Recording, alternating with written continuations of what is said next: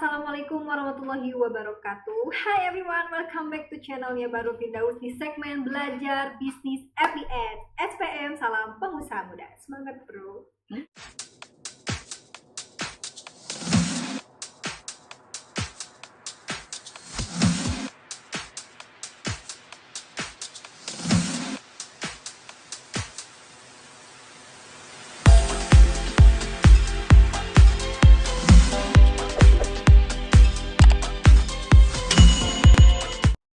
Video ini dipersembahkan oleh Lautan Display, pusat percetakan online nomor 1 terlengkap se-Indonesia. Lautan Display, semua jadi mudah.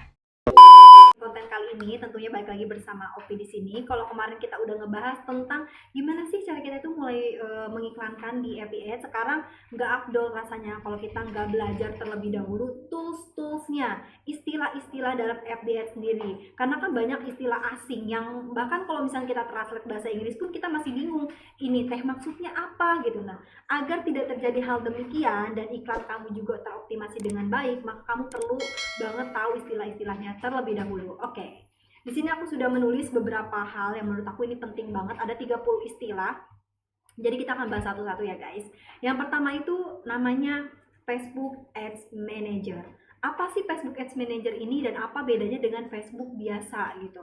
Nah, kalau misalkan Facebook biasa itu ya pastinya untuk keperluan pribadi kita. Banyak banget tools di Facebook biasa itu yang nggak bakal kita nggak mumpuni untuk kita gunakan untuk beriklan. Beda kalau misalkan kita bukanya di Facebook Ads Manager. Di situ tuh fungsinya kita agar bisa mengelola dan mengakses berbagai Facebook page yang pernah kita bikin gitu. Nah, contohnya gini, biar kalian gak bingung ya. Bedanya gimana? Aku di sini akan ngebuka Facebook biasa. Ini Facebook biasa, guys. Ya, sebenarnya emang kita bisa kalau mau ngebuka page lewat Facebook biasa itu bisa. Tapi nanti munculnya kayak gini. Contoh, aku membuka fanspage-nya Lautan Display yang kemarin baru aja diiklanin. Oke. Nah, munculnya kayak gini. Mana nih kalau mau iklan, mau di mana? Kalian pasti bingung karena memang tampilannya cuma sekedar kayak media sosial biasa aja, ngasih tahu rincian atau dashboard dari fanspage kita. Tapi beda kalau kalian ngekliknya seperti ini. Kita klik ya, Facebook Ads Manager. Ketiknya kayak gitu. Mana kita cari? Data bisnis. Oke, ini sedikit loading. Nah, tampilannya akan kayak gini. Tampilannya beda kan? Nah, ini lebih ke ini loh tampilan yang udah lo upload, ini loh hasilnya. Nah, ini adanya di sini di Facebook biasa munculnya. Gitu ya. Jadi sudah bisa membedakan ya, guys ya. Nah, lanjut. Ada istilah selanjutnya adalah Ads Manager. Nah, Ads Manager ini adalah dashboardnya. Dashboard dari Facebook Ads yang mau kita upload iklannya. Jadi di dalam Ads Manager itu nanti bakal ada campaign, adset, ad. Nah, ini apa sih campaign dan sebagainya itu nanti akan dibahas di setelah ini istilahnya ya. Jadi di dalam Ads Manager juga kita bisa ngeliat nih performa iklan kita gitu, kayak impressionnya berapa, reachnya berapa, itu adanya di Ads Manager. Kalau Facebook Ads Manager itu sekedar tampilan halaman mukanya aja, dimana di dalam Facebook Ads Manager itu ada Ads Managernya. Contohnya gimana sih Ads Manager itu kayak gini. Ini kan Facebook Ads Manager ya. Nah, kalau kita mau ngeklik Ads Managernya untuk mulai beriklan, itu adalah tempat kita untuk mulai beriklan ya guys. Itu kita kliknya di All Tools. Lalu kita klik selanjutnya ada bagian sini Ads Manager, kita klik aja. Oke, maka tampilannya akan seperti ini. Jadi kalau kita mau iklan, kita iklannya itu ngekliknya di Ads Manager, bukan di Facebook Ads Manager. Karena kalau Facebook Ads Manager itu cuma rangkuman terkait fanspage milik kita gitu.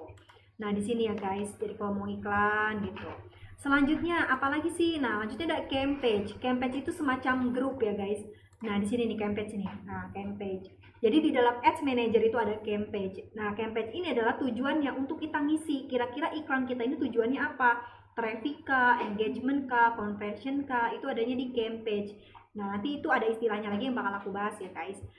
Nah, terus ada adset. Adset ini bagian dari campaign. Nah, kita udah ngerti ya runtutannya ya.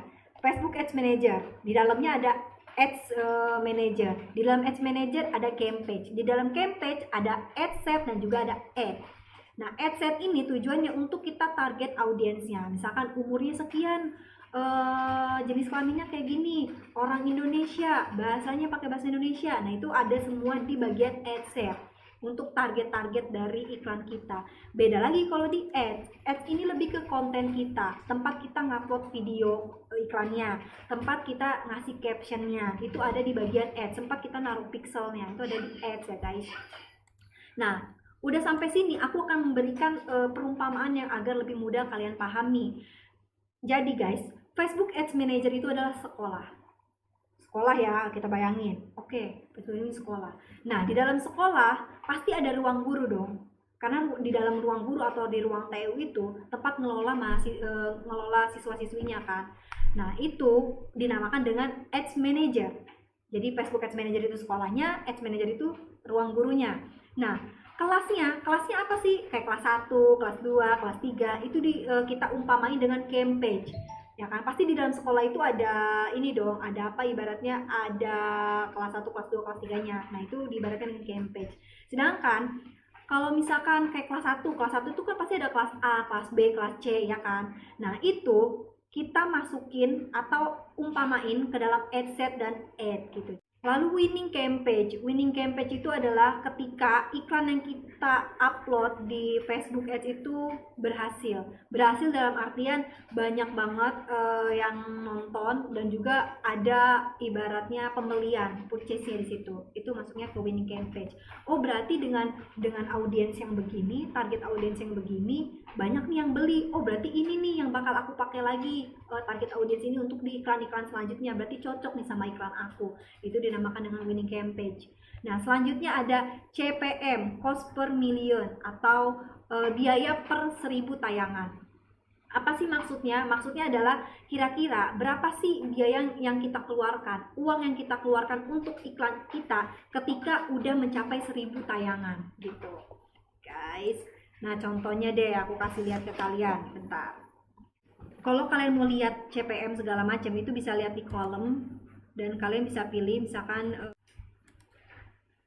di performance and clicks. Oke, di sini udah ada CPM ya kan, udah terlihat ya CPM-nya. Kenapa ini nggak ada muncul datanya guys? Karena memang iklan dari yang kemarin aku upload itu masih berjalan, jadi belum muncul datanya. Nanti kalau selesai baru muncul datanya. Pokoknya biayanya itu nanti bakal keluar di sini. Nah, untuk mengetahui apakah CPM kalian bagus atau enggak, cukup gampang. Semakin CPM yang kalian keluarkan itu, atau biaya yang kalian keluarkan untuk CPM itu rendah, atau murah, terjangkau, nah, maka itu semakin bagus. Berarti konten iklan kalian tuh bagus, banyak yang minat. Jadi ngelihatnya dari situ ya guys. Nah, selanjutnya adalah istilah dari CPC atau cost per click. Jadi CPC ini adalah kira-kira iklan ini dikenain biaya berapa nih ketika ada orang yang ngeklik iklan kita. Contohnya biar kalian makin tergambarkan. Di sini nih di iklan aku ini adalah link ke WA. Nah, ketika ada orang ngeklik link tersebut, dia akan langsung masuk nih ke WA admin, ya kan? Nah, itulah yang disebut dengan CPC. Ketika dia ngeklik, wah ini orang harus bayar segini nih, karena dia udah ngeklik iklan ini. Bayarnya kita ke Facebook maksudnya. Itu dimenangkan dengan CPC gitu. Kalau misalkan emang CPC itu tergantung tau guys. Kalau misalnya emang konten iklan kalian itu bagus ya, itu CPC-nya itu bisa murah gitu. Nah, semakin CPC-nya murah ya alhamdulillah, berarti emang iklan kalian termasuknya kategori yang cukup menarik lah, ibaratnya seperti itu. Cara cari CPC di mana sih? Sama kayak sebelumnya, kan CPC itu kan data ya, carinya di bagian kolom, lalu kalian klik aja di performance and click. Nah, di sini akan muncul CPC-nya. Gitu. Di sini biasanya akan datanya ada. Gitu. Nextnya, apalagi ada custom audience. Jadi custom audience ini adalah strategi nih yang kita gunain untuk ngelompokin orang-orang yang pernah melakukan interaksi sama kita. Entah itu dia like, entah itu dia komen, entah dia mengunjungi landing page kita, itu adanya di custom audience gitu. Jadi biasanya custom audience ini orang gunakan ketika memang kita sudah mempunyai winning campaign. Ketika kita pernah ngiklan pakai target orang usia segini, jenis kelaminnya ini, interestnya ini, dan ternyata iklan kita berhasil, banyak yang beli. Nah, disitulah kita harus mengelompokkan orang tersebut untuk kita gunakan lagi ketika kita ingin mengiklankan produk serupa. Custom audience itu di mana sih? Ada di bagian ad set ya. Ad set kan tak retargeting. Nah, carinya di sini nih guys. Tunggu sebentar. Nah, di custom audience ya, itu kalian bisa lihat aja. Kebetulan kalau saya sendiri belum pernah menggunakan custom audience karena memang iklan yang selama ini dijalani masih mencari data terlebih dahulu. Karena aku mau melihat winning campaign itu yang mana, biar nanti kalau misalnya aku menggunakan custom audience itu nggak sia-sia juga iklan yang dikeluarkan biayanya gitu guys. Jadi kalau emang kalian sudah mantep nih sama target yang pernah kalian buat sebelumnya, itu nggak apa-apa sih, pakai aja custom audience-nya. Nextnya ada objektif. Objektif ini masuknya ke bagian campaign di awal. Ketika kalian mau iklan, itu akan ada pilihan berbagai macam objektif yang bisa kalian klik. Kira-kira tujuan iklan kalian itu apa sih? Mau apa nih? Nah, itu masuknya ke objektif. Untuk lebih jelasnya seperti ini. Kalian aja klik aja create. Nah, di sini mohon maaf, kita ke campaign, kita klik create. Oke, ini dinamakan dengan objektif nih. Tujuan iklannya mau apa? Traffic kah, engagement kah, conversion kah? Sini aku akan jelaskan satu-satu ya, tapi nggak semuanya, yang umum orang pakai aja. Kalau untuk traffic sendiri itu adalah tujuannya ketika kalian pengen iklan kalian ini banyak nih orang yang mengunjungi websitenya atau toko online kalian atau WhatsApp kalian, itu dinamakan dengan traffic. Sekedar mengunjungin aja. Kayak contoh, kalian punya toko ruko offline dan kalian berharap ruko kalian itu banyak banget yang datang, walaupun nggak nanya-nanya, cuma datang aja. Karena ketika banyak banget orang yang datang ke toko offline kalian, itu akan menarik orang-orang lain di luar sana yang mungkin sekedar lewat atau apa, kan mereka bertanya-tanya, ih rame juga nih toko makanannya, ih rame juga nih toko fashionnya, kayaknya produknya bagus deh, coba yuk lihat-lihat dulu. Bisa jadi kayak gitu, karena mungkin kan namanya persaingan kan banyak ya kan, di samping toko itu mungkin ada toko serupa juga gitu. Itu dimasukkan dengan traffic, walaupun nggak beli nggak apa-apa, yang penting datang aja dulu, lihat-lihat aja dulu gitu. Nah, kalau engagement itu tujuannya adalah adanya interaksi atau memperbagus fans page kalian. Kalian berharap di situ banyak orang yang kasih komen, kasih like, tanya-tanya, itu masuknya ke engagement. Nah, kalau ibarat dengan toko offline adalah ketika udah banyak orang yang datang ke toko offline kalian, ke ruko kalian, terus tiba-tiba mereka nanya-nanya harganya, tawar-menawar di situ, itulah dinamakan dengan engagement, guys. Gitu. Walaupun nggak beli, cuma nanya doang. Ibaratnya yang penting udah ada lah ya perkembangan dari toko kalian. Nah, kalau di conversion itu beda lagi.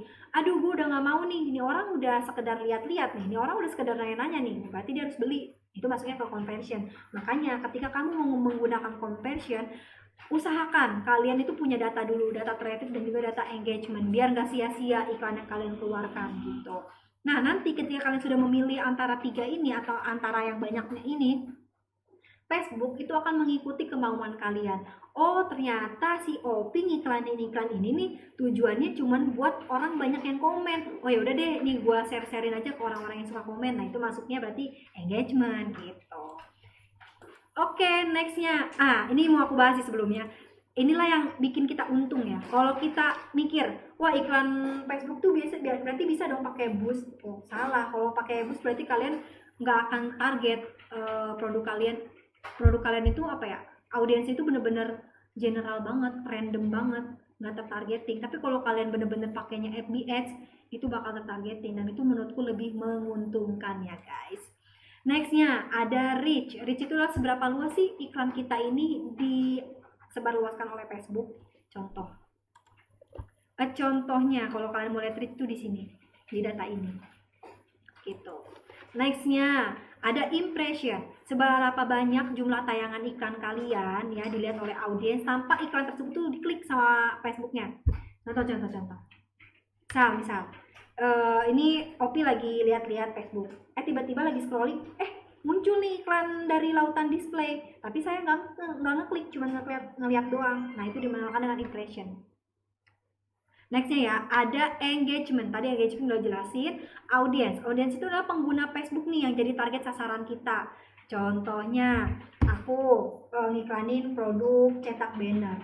Berarti target audiens aku, atau aku berharap iklan tersebut itu dilihat sama pelaku UMKM. Kayak mungkin pedagang bakso, pedagang mie ayam, yang memang mereka akan membutuhkan media promosi seperti itu. Nah, itu masuknya ke bagian audiens ya, penggunanya. Traffic udah dijelasin. Placement itu adalah istilah penempatan iklan. Kira-kira nih iklan nih mau ditaruh di mana cocoknya ya? Di feeds Instagram kah, di feeds Facebook kah, di stories Facebook kah, atau di Messenger kah, atau di mana? Itu masuknya ke placement. Adanya di mana? Adanya di adset. Karena adset itu kan seperti yang sudah pernah dijelaskan sebelumnya ya, dia adalah untuk retargeting. gitu. Adanya di sini. Jadi kalian bisa milih ya. Nah, di bagian placement pun ukurannya bisa kalian pilih juga sesuai yang direkomendasiin sama Facebook. Kalau emang kalian gak mau ngikutin rekomendasi Facebook juga nggak apa-apa. Cuman ya kan semakin apa ya, konten itu enak dilihat atau ukurannya pas, gambarnya nggak burem segala macam, itu akan membuat orang betah untuk nonton iklan kita sampai selesai gitu. Nah, contoh kemarin aku iklannya rasionya 4:5. 4:5 tuh ternyata oh cocok nih di feed karena itu rekomendasi dari Facebook. Oke, checklist. Tapi nggak cocok nih di stories karena stories itu ukurannya 9:16. Oh, berarti aku nggak usah checklist gitu. Jadi kalian bisa milih gitu ya. Kalian juga bisa pilih manual, terserah. Maksudnya bisa pilih otomatis terserah dari Facebook, tapi aku nggak merekomendasikannya di sini. Aku lebih sering menggunakan yang manual. Aku sendiri yang milih. Nextnya ada daily budget. Daily budget itu adalah anggaran yang kalian keluarkan per harinya. Ini biasanya munculnya ada di bagian ad juga. Di sini nih ad set ya maksudnya. Daily budget. Ya jadi bisa disesuaikan. Kalau emang kalian cuma punya uang 30.000 per hari, ya udah nggak apa-apa 30.000 aja per hari iklannya, nggak usah banyak-banyak. Kecuali emang kalian, aduh iklan gue nih harus dilihat sama banyak orang nih, jutaan orang, ya udah berarti daily budgetnya juga yang tinggi. Semakin kalian ngasih budget yang tinggi, ya Facebook juga akan menyebarluaskannya juga makin banyak gitu iklannya, gitu ya guys.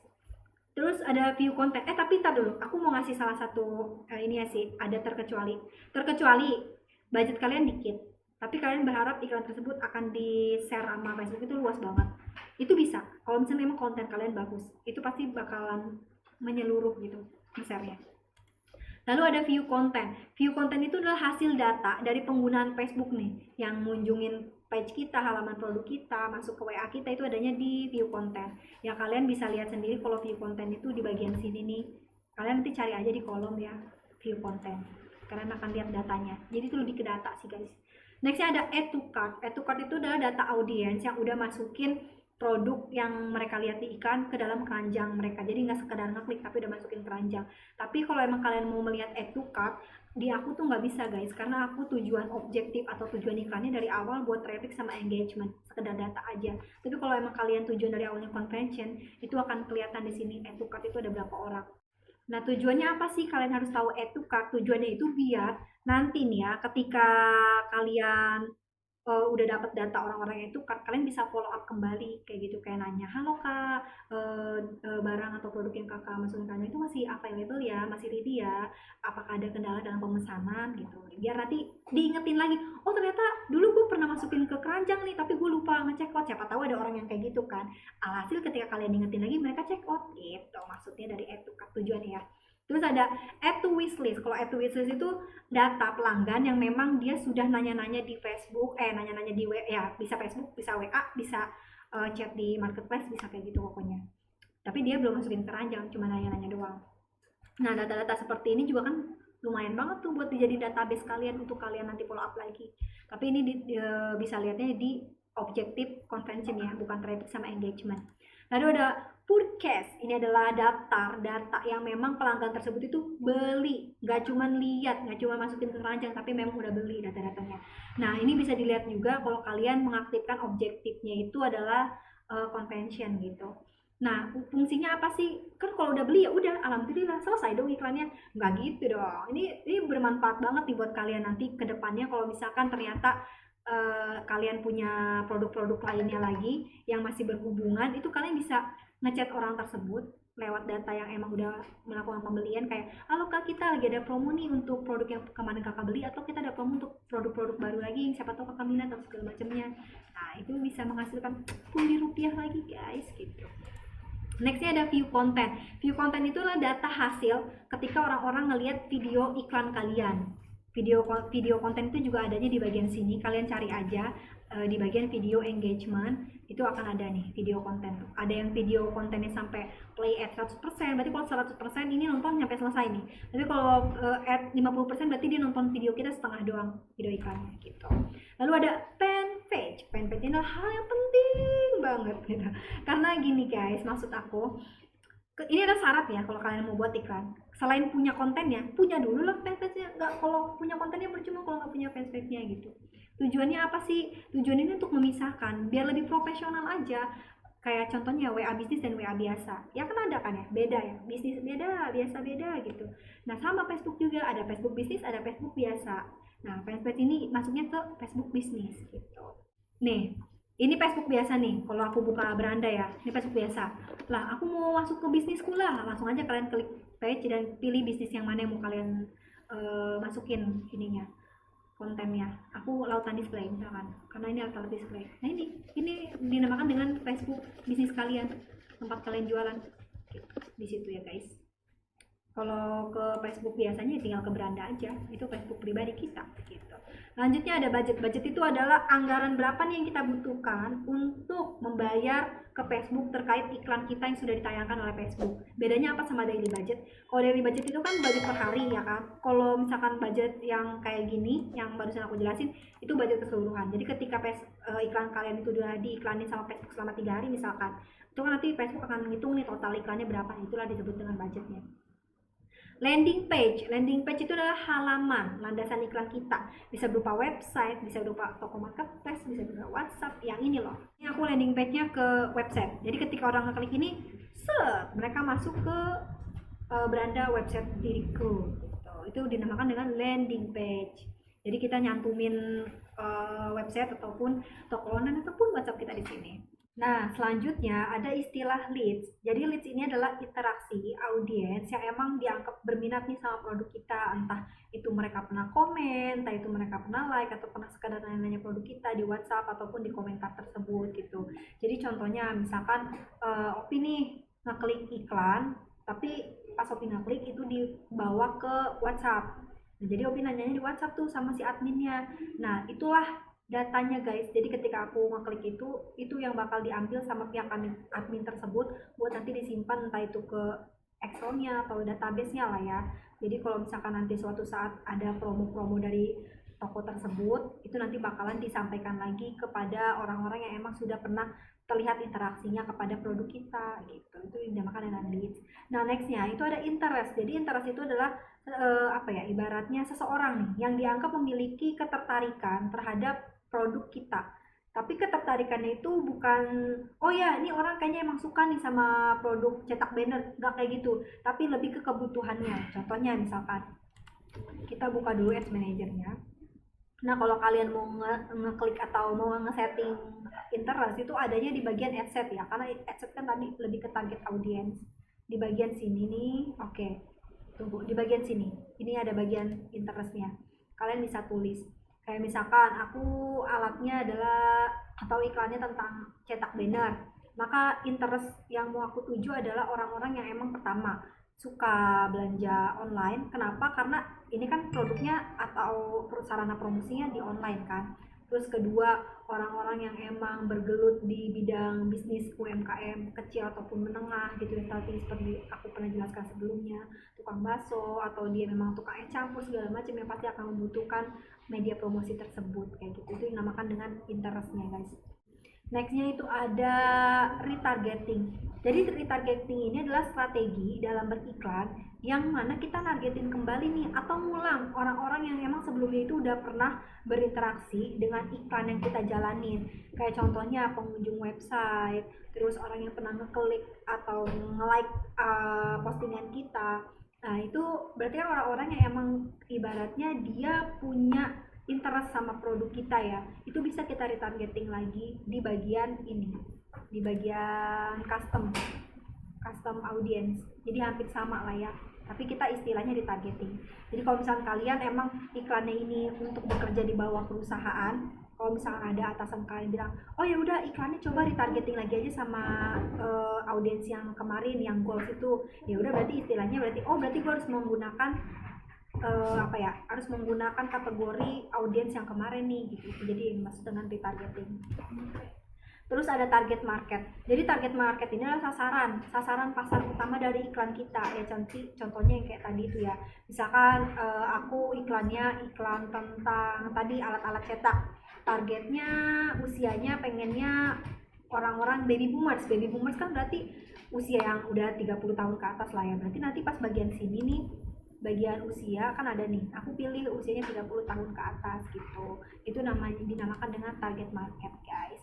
Ya mungkin hanya sekian aja istilah-istilah yang emang penting banget kalian tahu sebelum kalian memulai beriklan di FB Ads, biar kalian juga nggak bingung nantinya sama istilah-istilah baru dari FB Ads itu sendiri, karena algoritmanya udah banyak banget yang berubah.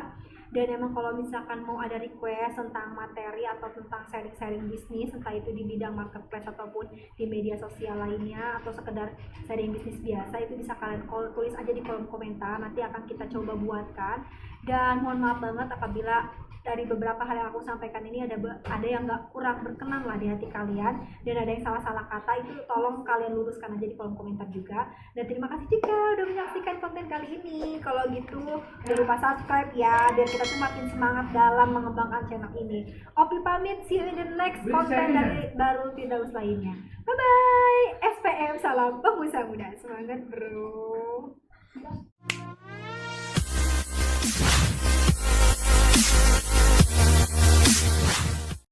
Video ini dipersembahkan oleh Neon Neon, produsen bawang goreng dan cemilan terbesar se-Indonesia. Neon Neon, semua rasa jadi satu.